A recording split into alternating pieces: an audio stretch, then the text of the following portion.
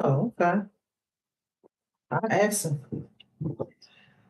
Hey, people, I am on time today.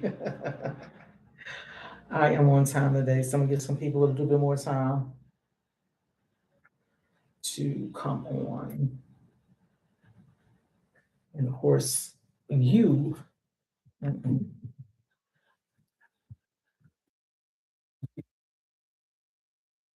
going haywire over here.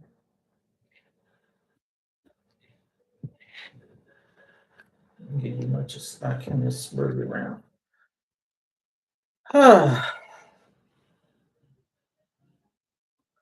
let's have at it, people. Let's have at it. Good evening.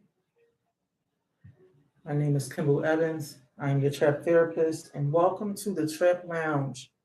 This is a safe place for people to come to discuss mental health issues and to debunk or decrease the negative impact that mental illness has in this world and society. We are here every Wednesday at 8:30 at night. Every Wednesday at 8:30 at night. We are here. Tune in. So before we get started on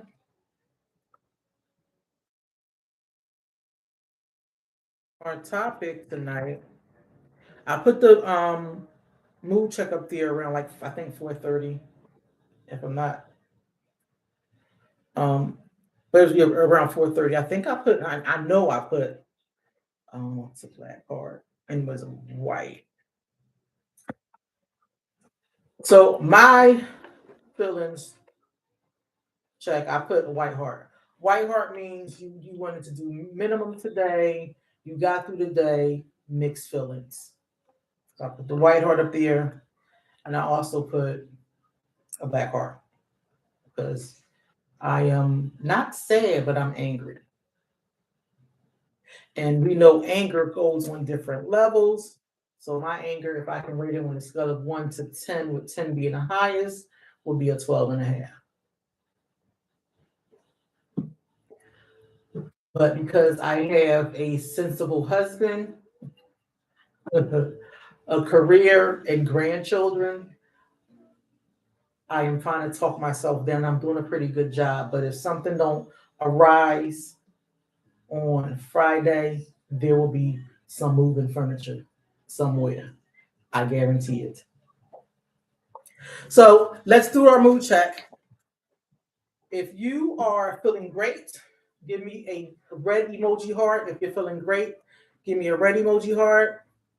This is blue. It is not purple. It might look purple to you guys, but it's blue. If you're feeling okay, give me some blue emoji hearts. If you're feeling okay, some blue emoji hearts. Just like Homer, man, yellow, mellow yellow. You just like man. If you're feeling that way, give me some yellow emoji hearts. If things are tough and you're struggling, this is green. Give me some green emoji hearts. I put this up there on each social media page. I did not do it on YouTube today. I didn't do it on YouTube today. The phone was really busy. But if you're having a hard time and you're struggling and things are tough, put some green emoji hearts up there. And this is the one. If you're having a hard time and wouldn't mind if someone was to reach out to you now, this is purple. On TikTok, it's showing blue, but this is a purple heart. So if things are hard and you wouldn't mind if someone wants to reach out to you, put some purple emoji hearts up there. Listen, guys, I check my DMs all the time. I check my emails every day. If you need to talk after the live, you want to discuss something or just ask me some other questions, you can do that. I also gave out the privilege, out the privilege of calling me on Thursdays between the hours of 6 p.m. and 9 p.m. I'll give that number out at the end. But when you call, I'm not your therapist. I'm not recommending things. I'm just listening to you. So sometimes people want somebody to listen. I might offer some advice depending on who you want for that day. But here we go. If you're having some harmony and balance in your life, put some pink emoji hearts up there. Harmony and balance in your life. Pink emoji hearts. If you're in a really dark place, this is the broken emoji heart. If you're in a really dark place, this is a broken emoji heart. Um, I do give out resources a lot.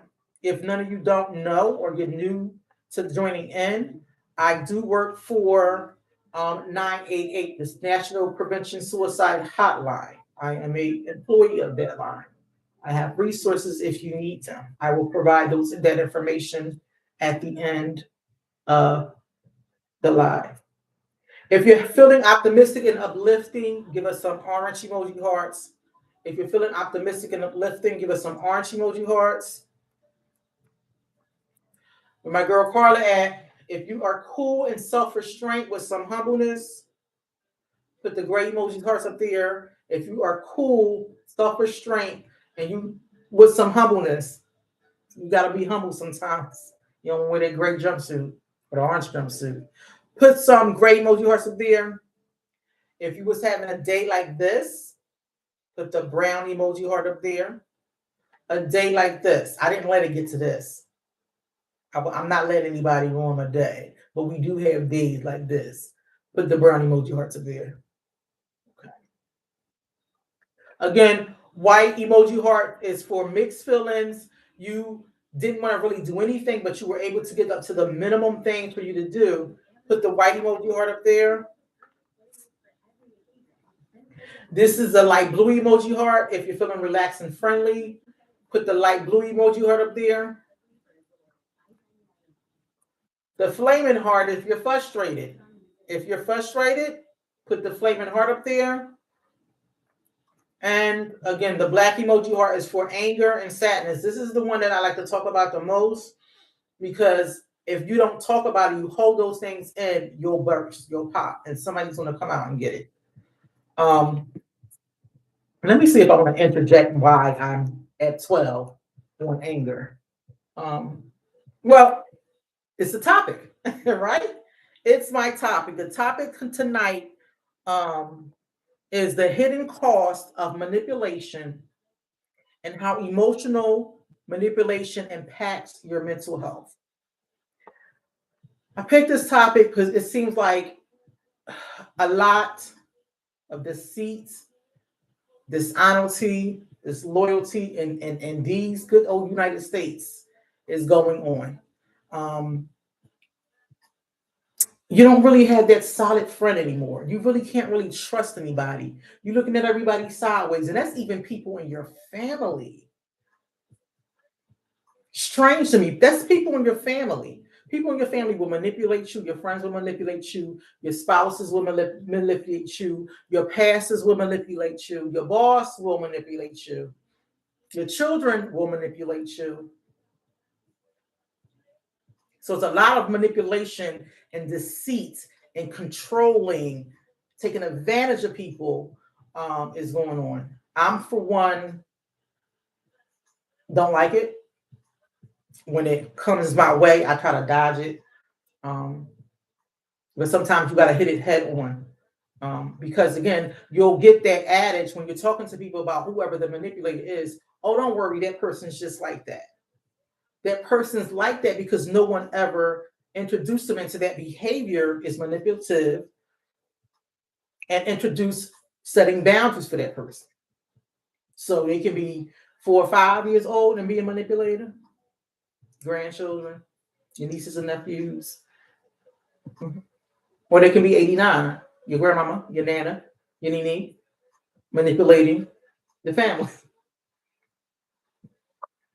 So let's take talk about the definition of manipulation. It's controlling or managing someone or something to your own advantage, often dishonest, unfair, or hidden way, or hidden agenda, I'm saying.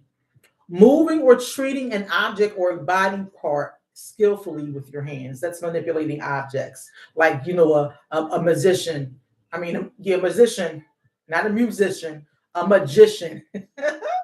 A magician manipulates objects, cards, things. They'll have it appear, then they'll have it reappear, and they're manipulating an object. But psychologically, it's influencing a person's emotions or thoughts through guilt, lies, or mind games to get what they want.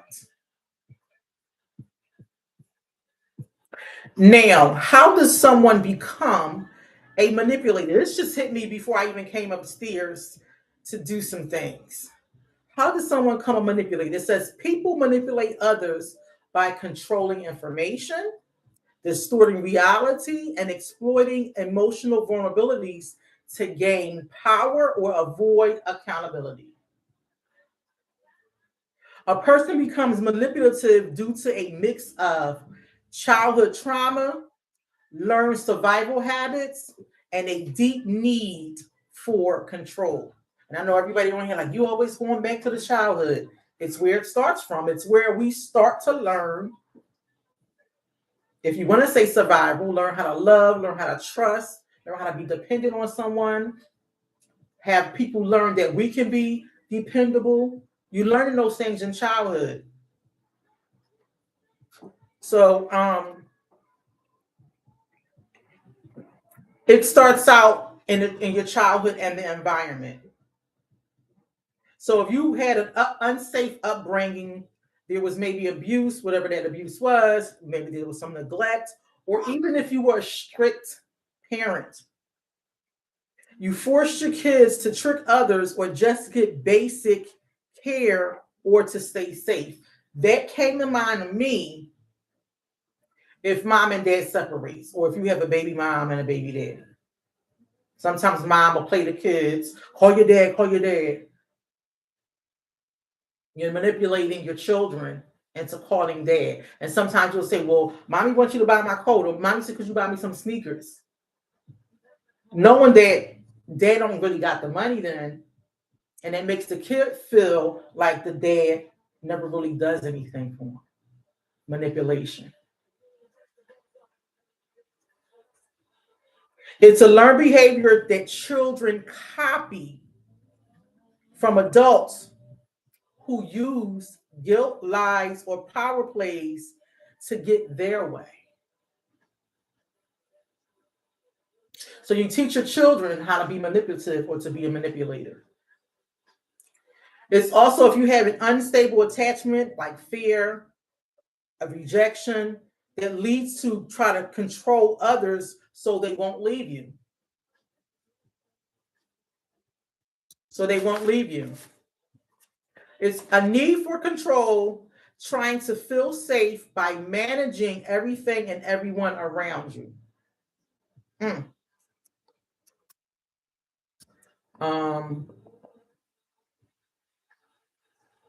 So some common tactics to manipulation. I wrote some of these things down, and I went in depth with them just a little bit, Gaslighting. These are some terms that you'll hear therapeutically. You might hear them, or someone talking about it, like someone just gaslighted me, or I was gaslighted. That means making a person question their own memory and perception or insanity. Gaslighting somebody. A common tactic for manipulation is guilt tripping. Making someone feel responsible for the manipulator's unhappiness or problems. Can you think of anybody that does that? Moving the goalposts, like changing the rules or expectations constantly so that the victim can never succeed. I say sometimes that goes to our parents, because your parents can live through you, they didn't have a good childhood and they're living right through you, making you be this person that they should have been.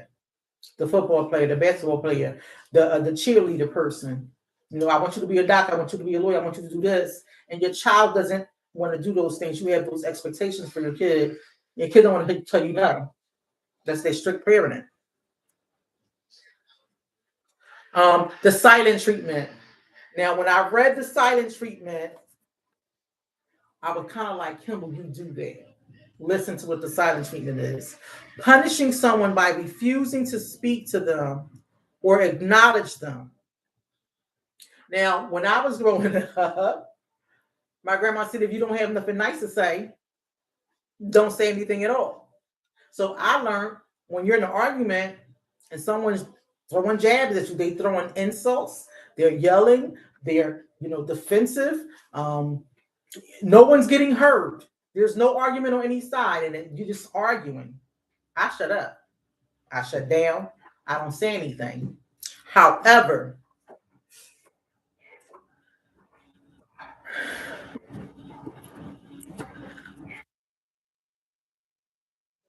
doesn't get discussed again ever, and you will go back into that loop. You'll go back into that loop. Nothing gets resolved with the silent treatment. You make the other person feel ignored, like they're not valued. The next one is love bombing, and I just learned this one too. Love bombing, overwhelmingly someone with affection and gifts early to gain trust and control. Love bombing. You're dating someone, you guys get along really well, but you still want to live kind of that single life. You're not making a commitment to that person. You're not constantly seeing that person, but that person is always somewhere where you are. The person's always sending you texts. They're calling you. They're giving you gifts. They're sending roses to the job. They're sending you breakfast to the job. Let's go out for lunch. That person is overwhelming you with affection to gain your trust and then gain control. One is playing the victim.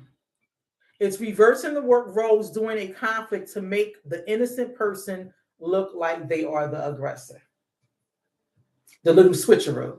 So the manipulator tries to play victim and then tell other people that you are doing the manipulating.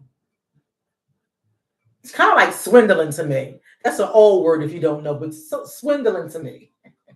Or what we used to say back in the day, capping you up. Capping you up. Or if you have that thought, I know this person ain't trying to play me. This person is not trying to play me. Blame shifting. Blame shifting is a person's redirects responsibility from their own mistakes, their own bad behavior, or negative emotions onto someone else, instead of owning up to an issue that a person avoids. They don't take any accountability for anything. The accountability, it turns the other person into the target and the wrongdoer. You're approaching somebody saying, listen, this is what's going on. We're having this issue. We're having this problem. Again, this can be your brother, your mom, your coworker, your job. It can be your pastor. It can be an usher. It can be your children, your grandchildren. It takes you turn that accountability around. And then you're moving the focus from the actual problem onto the other person's reaction or tone of voice.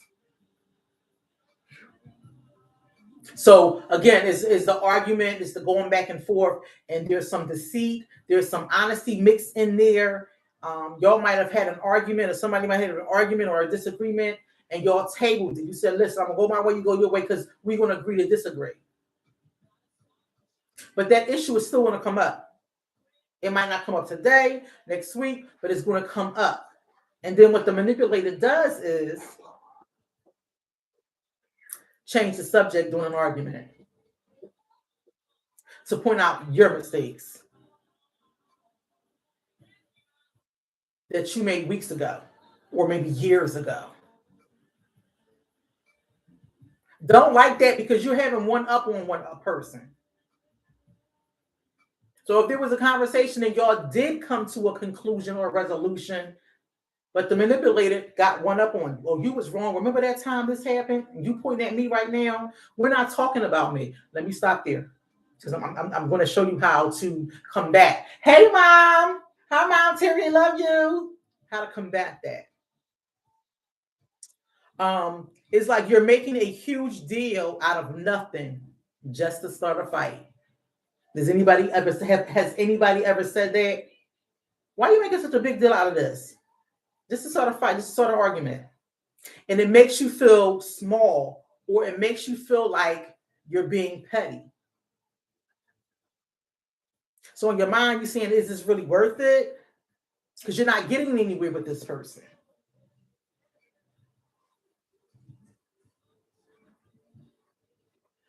Now, why do people do it? Why do people manipulate? Why? To protect a fragile ego and avoid shame, to maintain power and control in a relationship, to derail a constructive conversation so they don't have to face the issues. Mom Timmy said they flip the script on you. Yeah, they do. And you're like, wait a minute, we were talking about you. How does get to me? And sometimes that person will say, well, you act like you don't do anything wrong. Like you don't have any issues or problems. But I didn't come here with my issues and problems today. I came here for something that we need to talk about and discuss together. We can table that, right? So it never gets resolved. The problem never gets resolved. It's just floating in the air. The manipulator could be playing a victim, turning things around, like Mom Terry just said. So the person who did the wrong acts like they act like they're the injured party. They deny the attack and they reverse the victim in the offender role.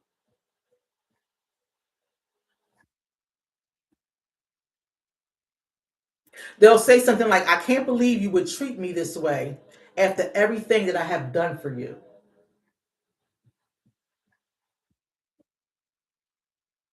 Like, what?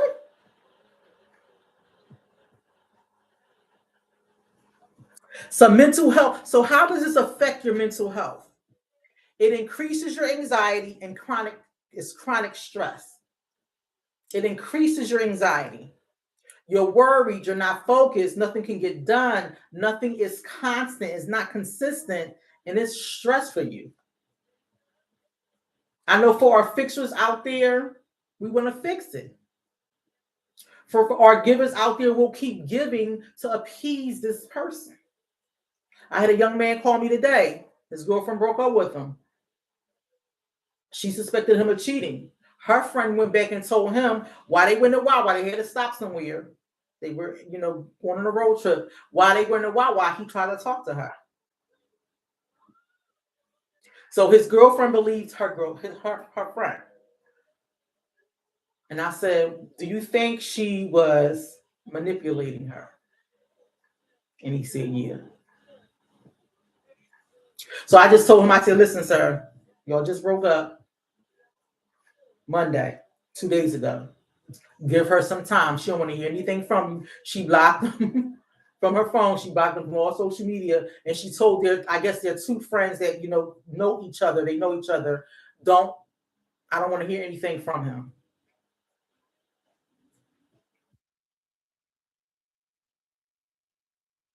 Oh, and Mom Timmy said, why do they want you to pay in some kind of way? Well, Mom, again, they want to avoid shame. They want to maintain power in a relationship. And their self-esteem is kind of low. Their ego is kind of low. So if they think they got one up on you, they're winning. It doesn't have to be anything monetary. It just got something one up on you. Depression and feelings of hopelessness.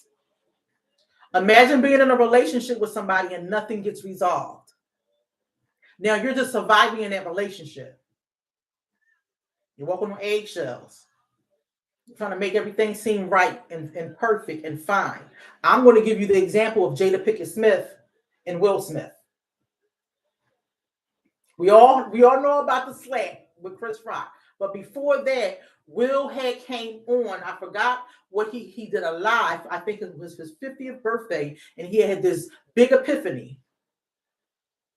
He said, I want people to know that your mate can't make you happy. They can bring happiness to the relationship, but it's not their responsibility to make you happy. It's not your husband's responsibility to make the wife happy. The same thing with the husband. It's not your husband's responsibility to make you happy. They have to bring some happiness in there. Same with your kids. The same thing with your grandchildren. The same thing with any person in your life. You can't make that person feel happy. You can add on to it by being a good friend, by being trustworthy, by being dependable. I guess going out doing activities and things that you guys like together. Because just imagine if you guys broke up and your kids went to college and your grandkids now are, you don't have to watch them anymore. They leave. They're not disconnected from you, but now they have their own life. Now you feel like sometimes, again, after all I just did for you, you gonna treat me this way? That's what some parents do to their kids. They guilt trip them. The kid is at school their first year in college. They're having fun. They're on their own. They're loving it. But when they come home from summer break or winter break or holiday break, mom is on them. These bills getting hard. You left me here. Da, da, da. Especially if you had younger siblings that your parents had you being responsible for. Low self-esteem and self-doubt. They doubt themselves. So they having those racing thoughts in their mind. They are in the, there's the black, the white, and then there's the gray. They're always in that gray area. Difficulty trusting others. A manipulator has difficulty trusting others. Again, because it may have came from their childhood, the environment that they was in.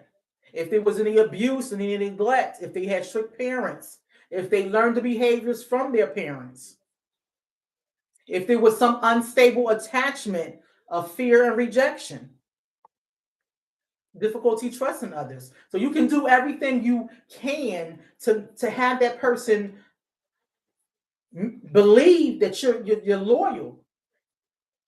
You can trust me. I will never hurt you. I will never do things that other people did to you. It falls by the wayside. Emotional exhaustion and burnout.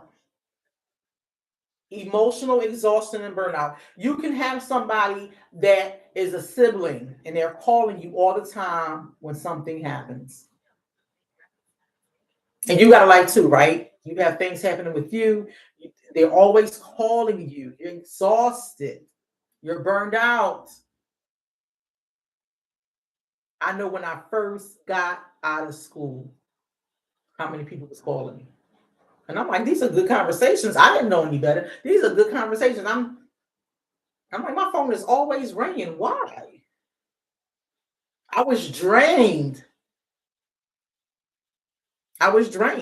So I was drained from home life, my personal life, and I was drained from my work life because I worked in outpatient services. And people come and go, come and go, come. It was a lot. So check your meter with that. Other mental health effects is symptoms of trauma, especially after long-term manipulation. If you're in a relationship for 5 years, 20 years, 18 years, it can even be a year. It's a lot to have this person put these things on you. Warning signs: constantly second guessing yourself, feeling responsible for someone else's emotions, walking on eggshells, or feeling like you can never do enough. Feeling like you can never do enough.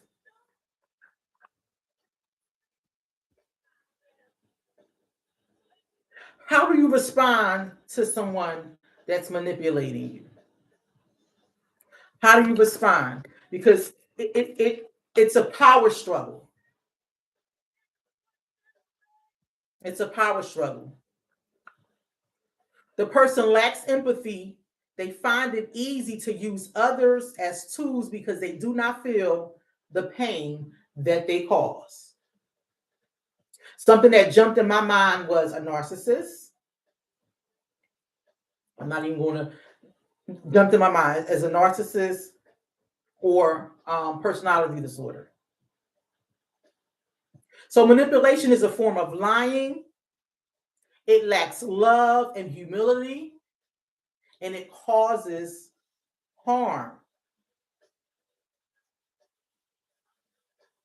And this is the question before I move on to how to respond and stay calm, to avoid those circular arguments. Do manipulative people know that they are manipulating people? And I wouldn't say that manipulation between parent and child, where your child got you, they're wrapped around your finger.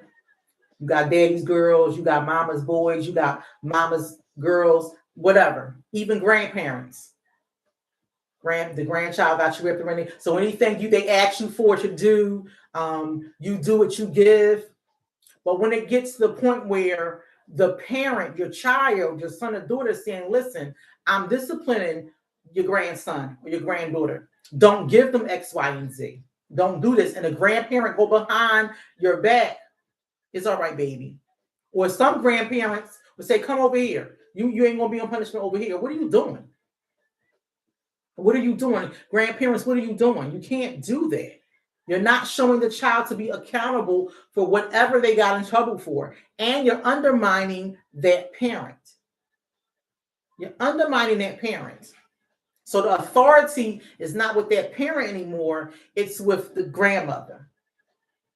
And then the child starts to be disrespectful to the parent. And now your daughter or your son has animosity against you. Because how could you be strict with me when you raised me? I'm raising this person the same way, but you're doing these things to manipulate the situation. And some grandparents have that because, I'm just going to put it out there, they weren't good parents. They weren't good parents. So if I wasn't a good mother to you or a good father to you, I'm going to be a good pop to my grandchildren. I got them. I'm going to show them love. I'm going to be supportive. I'm going to high five them on their wins. Tell them yes for their dreams, because you feel guilty because you wasn't a good parent to your child. Whether manipulative people know that they are depends on the person. So you got to be honest with yourself if you manipulate people. It ranges from being calculated and deliberate. And it talks about control. It's a deep-seated unconsciousness to surviving habits.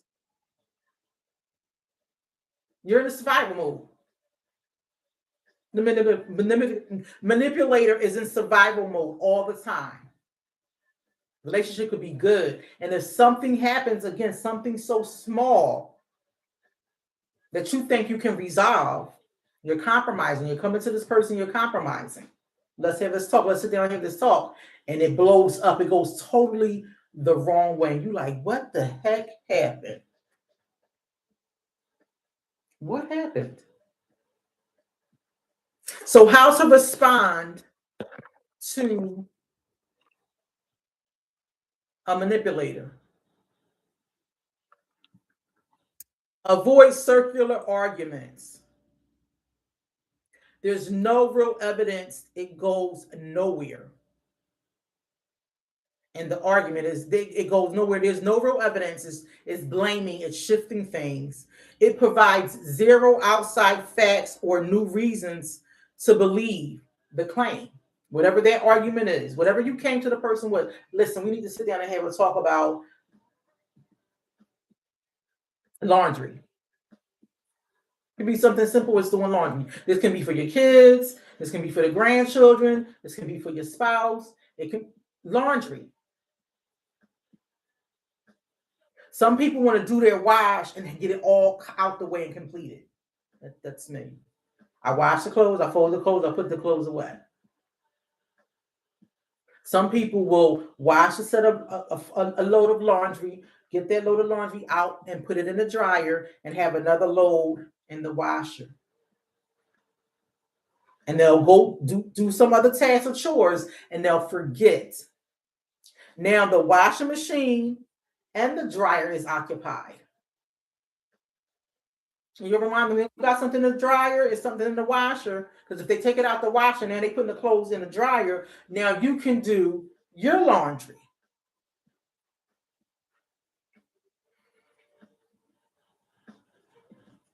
There's zero facts or no reasons to believe the claim. Like they never do it all the time. Oh, I don't do that all the time. What you talking about? You tripping. I only did it once or twice. That's your behavior. And it can be something so small as a schedule for laundry. And it blows everything up. You always trying to do this. You always trying to do it. I'm just asking you to take your clothes from out the washing machine and out the dryer so I can do my laundry. Spot the pattern. This is how you can respond and be calm. Spot the pattern. Identify eternally that they are shifting blame instead of addressing the issue.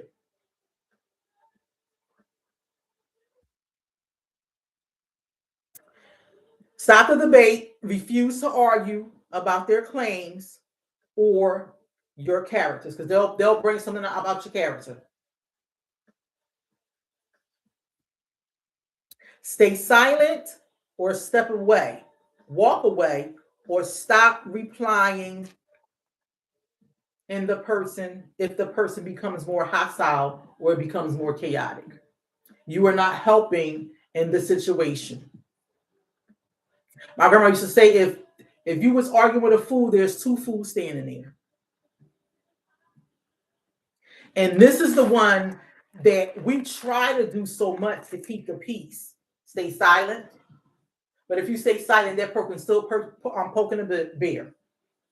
They're going to keep saying stuff to agitate you, to get you to argue, to get you to fuss, because again, they want that power. So stay silent. If it start building up in you,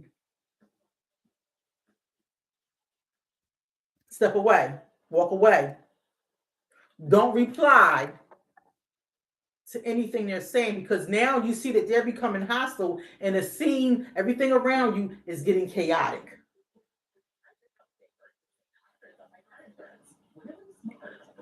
Set clear boundaries. Seek support from trusted friends or a mental health professional. I'm gonna get there. Another way of how you can deal with a manipulative person or manipulator is stick to the facts. Stick to the facts. I say it's like making a sandwich, not a hoagie. Because a hoagie, you put a whole lot of things on there. When you're making a sandwich, it's 2 pieces of bread. It might be jelly on one, peanut butter on the other. This is the problem. This is how long it's been going on. This is how it's affecting me. And can we resolve it? That's it. Stick to the facts. Repeat the original issue calmly using a neutral tone of voice. And that's because I grew up in a house that someone always fussed and all they did was nag and shout. Everybody, me, my sister, my brother, my twin, my kids, when we're arguing or when we're having a conversation and we don't feel like we're being heard, we feel like he's trying to twist something, trying to get over, we're shouting now. And nobody is hearing anybody. Thank goodness we have enough sense that we're not throwing fists or punching at each other because it's not worth that. We'll just see you later. It might be 6 months to see you later. So repeat the original issue. Again, think of it like a sandwich. 2 slices of bread. It can be cheese and meat on one. And you're resolving the issue. Do not make it a hoagie. Because it's mayo, it's cheese, it's meat, it's lettuce, it's pickles, it's too much. And now you're in a tangled web in this conversation, which is never going to get resolved. Now, this one I love because it's using the acronym JADE, Jade. Do not jade. Do not avoid them. Don't justify them. Don't argue with them. You're not defending anything or you're not explaining your feelings because they will use it to confuse you. So if it's already becoming hostile, avoid justifying something. Understand that now you're arguing and now you're defending yourself and you're explaining your feelings. Now you're confused, like, how did this turn around to me? I came in here with this, and now it then turned around to me. And this is the thing, when it turns around to you, it's something that you did years ago. This is a good one. This is a good one for the alphas and the millennials. Use written communication, like text messages or emails, so you can have a clear record of what was said. I like that. I like that. Text messages and emails. I don't delete no text messages. So my text messages from January 1st, 2026, I still have. And I don't delete them until the next year. So they won't be deleted until January 1st, 2027. I'll go back. Didn't you say this? This is what you said you was going to do.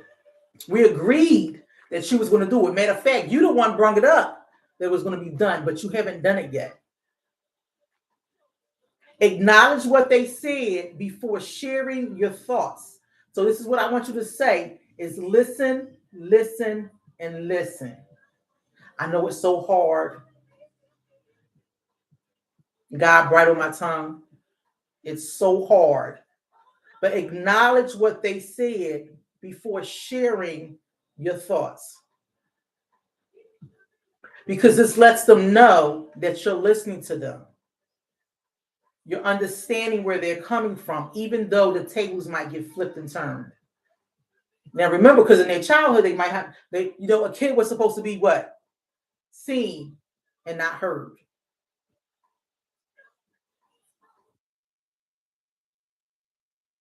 So if they didn't feel heard when they was children and they get in relationships with somebody and, arguments, because listen, people, we don't like conflict. We are Homo sapiens. When there's conflict and we know that something's about to happen, it's about to get hostile, or when it becomes chaotic, now we're in that defense mode. Hold on now. And see, that's how you see a lot of stuff that break out on social media. Like, dang, she just fought her sister. Dang, she done fought her mom. We don't like that type of environment. And if you grew up in it, you're always on fight, flight, or freeze, and then fawn. You're always on fight, and you're ready. So acknowledge what they say before sharing any of your thoughts. Listen, listen again, and listen again. But this is how you protect yourself. Don't give immediate answers. Slow down to decide or agree right away. We do that to just shut them up. You do that to just shut them up. But again, nothing got resolved on your end. They came out on top.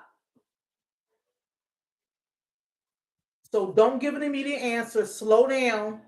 Say, let's table this. Listen, we sitting here. This is not getting anywhere. Let's table this. We'll come back to this. And when you say you're going to come back to it, we'll come back to this in 2 to 3 days.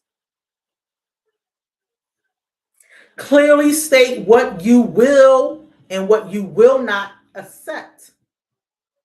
Clearly state that. There are expectations and requirements to each and every relationship you have.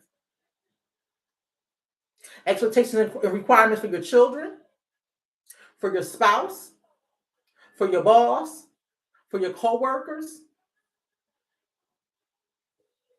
for your pastors and the leaders of your church, for the ushers, for the moms. There's expectations and requirements for each relationship that you have, for your neighbor, for your best friend. So clearly state what you will and what you will not accept.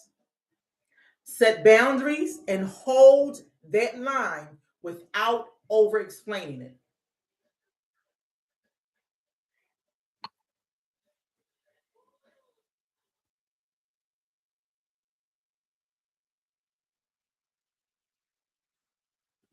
Check your reality. I like this one too.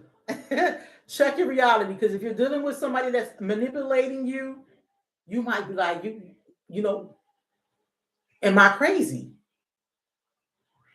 And why am I feeling this way? Maybe I am being petty.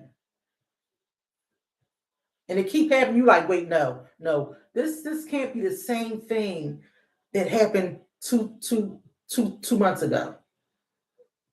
And we still stuck on it, and you still flip the script and try to blame me for something, or you didn't take accountability for something. And I'm gonna say to the parents with them kids, you giving them everything that they want. Trust me, I'm about to be 2 years. I'm almost 50. Let's just say that. And for me, I gave my kids everything that I didn't get. Everything that I didn't get, like going on school trips. If we couldn't afford to go on school trip because it was three of us. If we couldn't go on a school trip, my mom would say no. And she didn't, explain it. Well, I gotta pay bills here, and I gotta do this here, and I gotta do. My mom, no is no. You ain't going. Period. These elaborate parties you throwing for a 1-year-old, you got a throne sitting there, a big old cake, a sweets table, a present table, a person coming in entertaining. That child don't remember none of that stuff. You're showing your child that material things are better. Not the love of family being there to support you. And so when that child gets older and they're asking you for more materialistic stuff, and now you're fed up and you want to say no, you put that into your child. Or even, some parents will say, and I don't agree with it. Well, I think it's better for them to smoke with me, smoke in a house. Or some people say, have their man come over, or their girlfriend come over and stay the night over here because I know what they're doing and you know where it's coming from.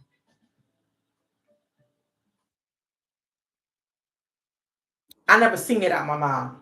I never seen it out my dad. I never seen it out my grandmother. They went out, they partied. We seen little funny little cigarettes in the ashtray. We never seen stuff like that. Remember, because your children pick up your behaviors.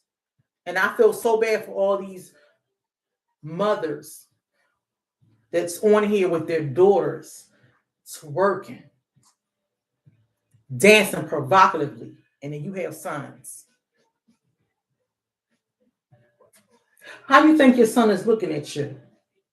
How do you think your son is viewing women? Do you think your son is going to respect you? When he can be 5, 6, 7, 8. When he grow up, he's going to be looking. Do you think he's going to respect you as a mother, as a woman? I digress. Another way you can protect yourself from manipulators is clear, short statements. That's not gonna work for me. That's it. Whatever the conversation is, they might say, well, I need this 3 times a week. Remember, they might have that attachment to you. Now they're asking for a little bit too much. Remember, you like them, you're courting. Sorry, I don't even know who court anymore. You're dating, but you're still in a single life. Now they want to have more of your time. That's not going to work for me. You are giving them a boundary. You're setting the boundary. You're letting them know what you're not going to accept. I can't do that.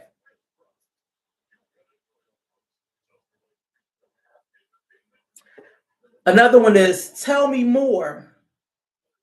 Just say, tell me more. It forces that person to explain their logic instead of feeding off your emotions. Tell me more. Because now they explain. Now, instead of you having to explain yourself, they are explaining their self. And what you're doing is you're listening, and you're listening. And in their mind, you value what they're saying. It doesn't feel like, again, they're nagging, they're lying, they're manipulating. You're trying to resolve something. Say, I need time to think about this.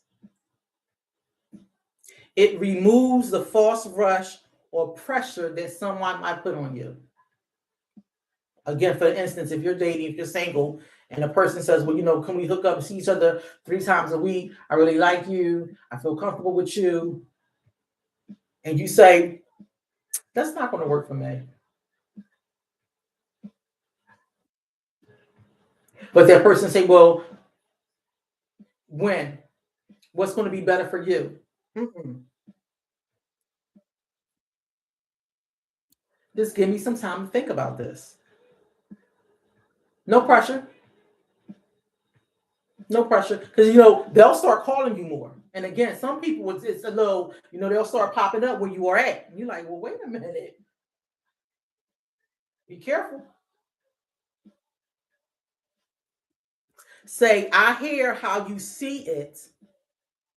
It lets them know that you heard them without giving them an agreement. I'm gonna say that again. I hear how you see it. Their perception, not your perception.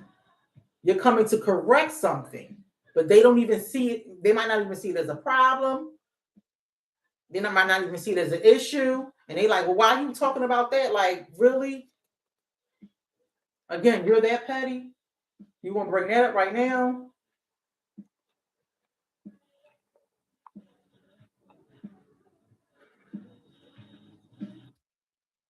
Another thing you can say, a phrase you can say is, it will feel like it's getting worse and more intense. When you are setting healthy boundaries with someone, I always say this to the parents that come in and their child may have been diagnosed with ADHD. They may have been diagnosed with oppositional defiance disorder. They may have been diagnosed with anxiety. It's going to get worse before it gets better, because that behavior that they learned has to be unlearned. So you have to stick to your boundaries. Don't change on it. Don't deviate from it. Don't compromise on it. Stick to it. So imagine if you had someone that never took accountability for anything.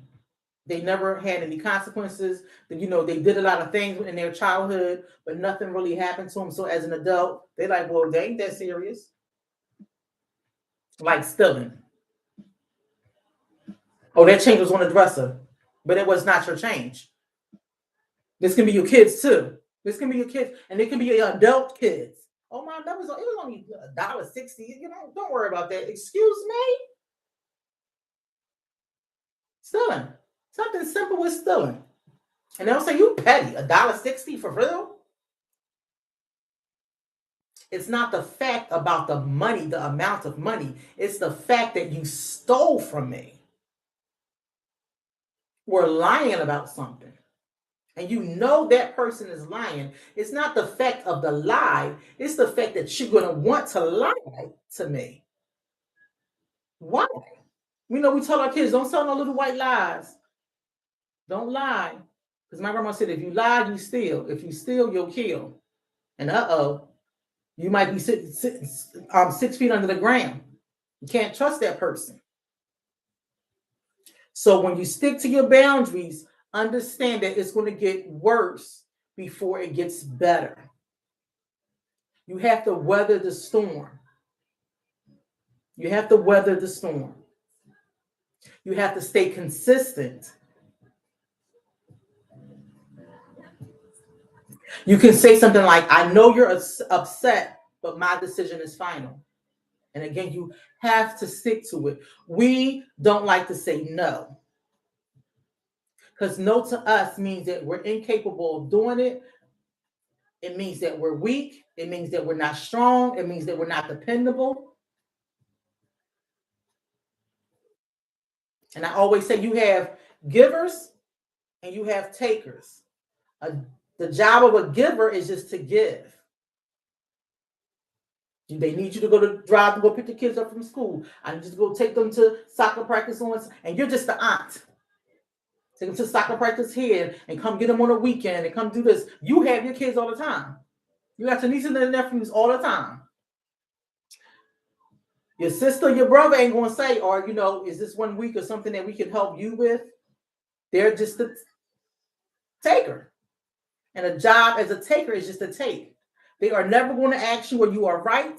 They're never going to ask you, do you need anything?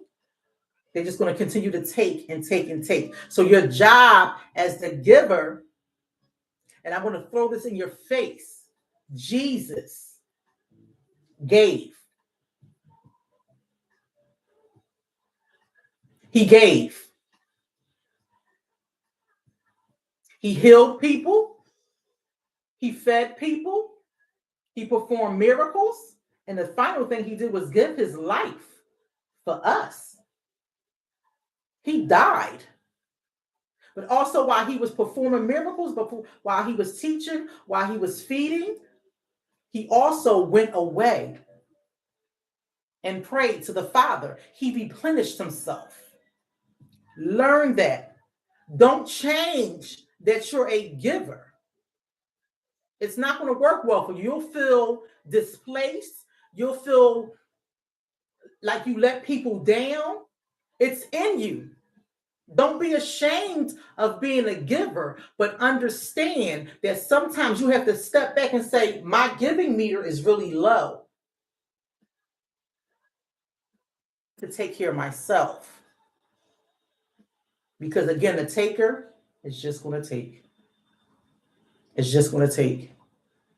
You got to check in with yourself. Another thing you can say to a person is, I'm not discussing this right now. Let's talk about this. Let's talk about something else, period.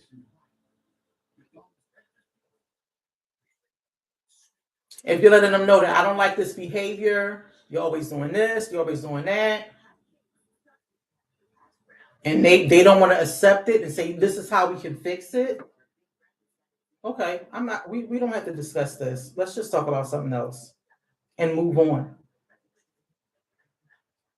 And move on. When they bring up the past, we remember things differently. And I am not rehashing that today. We remember things differently. So whatever that situation was, whatever that incident was, your memory and my memory is totally different. But we're not going to sit here and rehash that today. That's dead in the water. And the way you can think about that is you have siblings, y'all grew up in the same house together. It can be an incident where your brother did something to you and you got beat.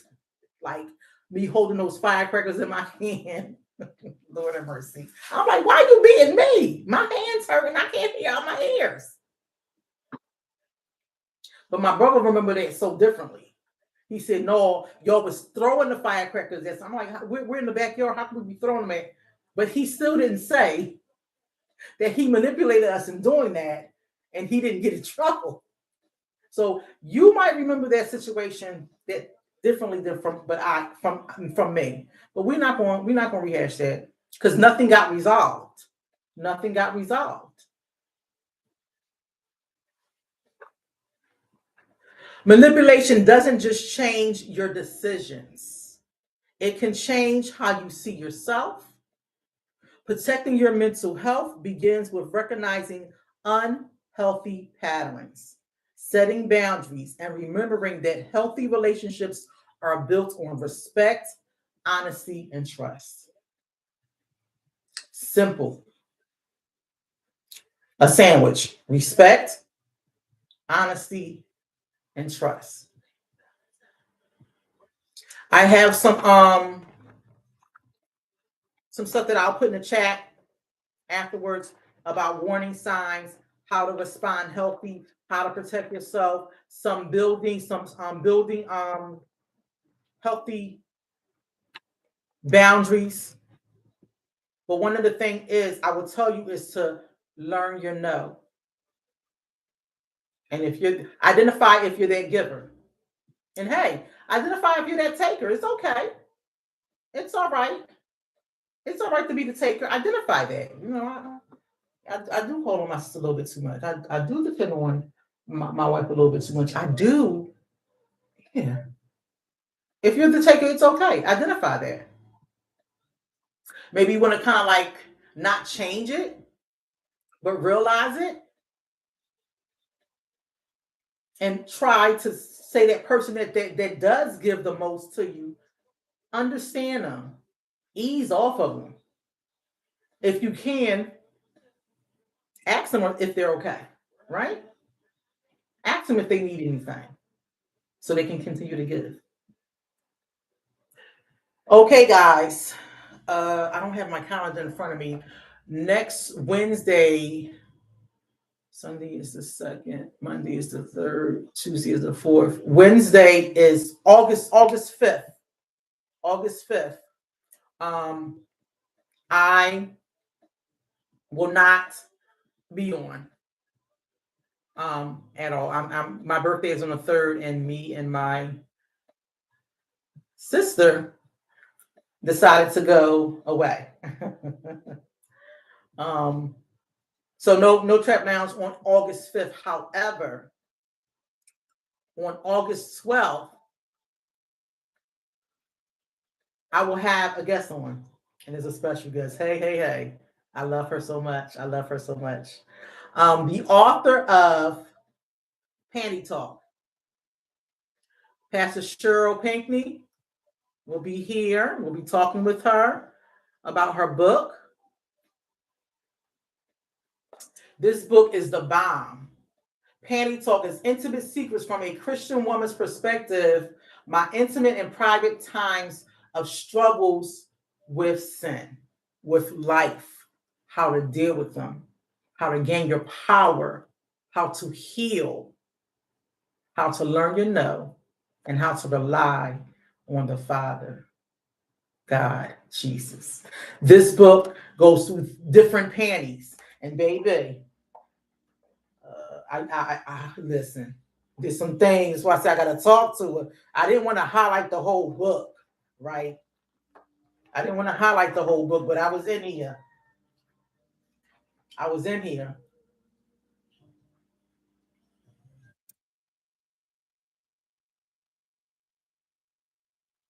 It says, the heart is deceitful and above all things and beyond cure.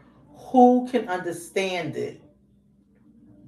The enemy deceives us by distorting sin's benefits and downplaying consequences. I was just telling that to my husband, small sin, whatever that looked like to you. And Satan is not satisfied with one single act of sin. He wants us to repeat it, to feed it, to make it our own so that it can accomplish its whole destructive purpose. It leads to certain deaths of every sort: spiritual, relational, mental, emotional. Every aspect of our lives is vulnerable to sin's lure. The different panties. Let me see if I can identify one of the little girl panties. These are the little girl panties. She didn't put the Monday, Tuesday, Wednesdays on there. I don't think they had them in her. She's a little bit older than me, but she talks about the little girl panties. So she talks about the thong and the brief cut, and these are different things. And this is just not for women. So she wrote this book, Panty Talk, and she's having another book that she's about to finish up on. And we'll give some information about that book when she comes on. Listen, guys, Pastor Cheryl Pinckney is live and direct. Live and direct. So get ready. Get excited, because I am. I'll be putting that flyer out here. Join me. So August 12th, 8:30, be in the place. Facebook, Instagram, YouTube, be here. Guys, I enjoyed this talk. I will be posting some things in the comment section. If anyone is interested in mental health first aid, I always at the end of all my segments, I put that in the comment section. It's a free certificate that you have for 3 years. Mental health and first aid. It helps you to identify if someone is in a crisis in a mental health situation. It gives you resources, numbers. It is a training. It's a great training. It's absolutely free. I will put that down in the chat. Guys, enjoy the rest of your night. Be safe.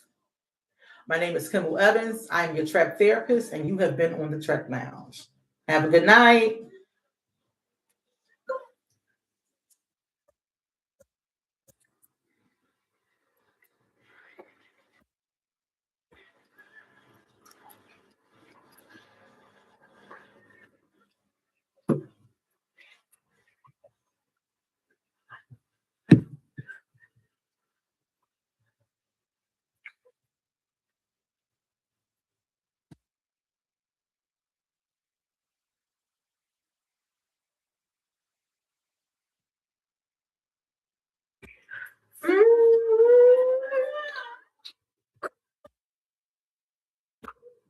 Oh.